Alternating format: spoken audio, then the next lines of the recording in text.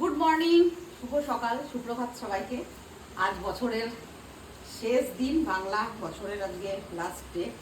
তো আজকে যেহেতু লাস্ট, তো আমাদের একটা এটা সবারই আছে, আজকে ছাতু খেতে হয়, আজকে তিতো খেতে হয়, আম খেতে হয়, এগুলো খেতে হয়। পাচন যেটা হয়, অনেকের আছে পাচন বলে, আজকে গাজনে পাচন খায়। তো পাচনটা যাদের জয়েন্ট ফ্যামিলি, এক জায়গায় সবাই রান্না টান্না করে, ঠিক আছে।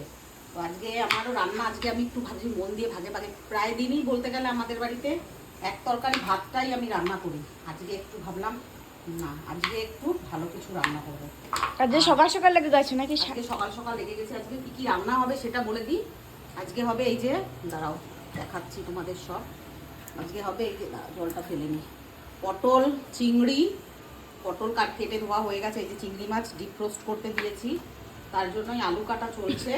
পটল চিংড়ি হবে, এখানে হবে উচ্ছে ভাজা, তিতো খেতে হয়, উচ্ছে ভাজা হবে, পাট শাক দিয়ে হবে ডাল বা পাট শাকের ঝোল, রসুন ফোড়ন দিয়ে কিছু একটা করবো, আর চাপও করতে পারি।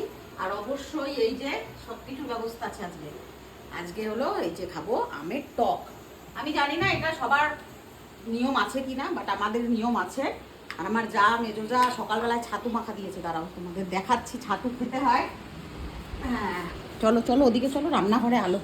তো ছাতু খেতে হয় আজকে, ছাতু মুড়ি ওরা গোপালকে ভোগ দিয়েছিল, তো সেই জন্য এই যে ছাতু মানে অনেক কিছু দিয়ে, ওই প্যারা ট্যারা দিয়ে, তারপরে আমসত্ত্ব এই সমস্ত দিয়ে মেখেছে, যা তো পাঠিয়েছে।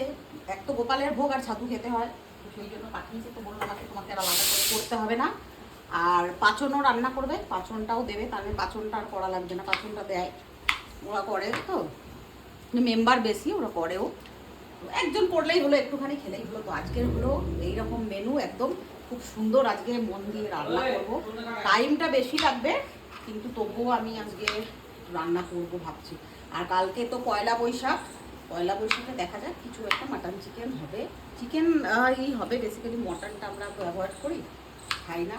2-3 দিন লাগাতার কন্টিনিউ আর কি নিরামিষ খেয়ে আমার ছেলেমেয়ের মুখে ছালে পড়ে আছে, খেতে পারছে না। তো আজকে এই যে মটনই খাবো কালকে, তোমাদের খেতে হবে না, উপোস করে বসতে পটল হবে। চিংড়িটা করবো আজকে।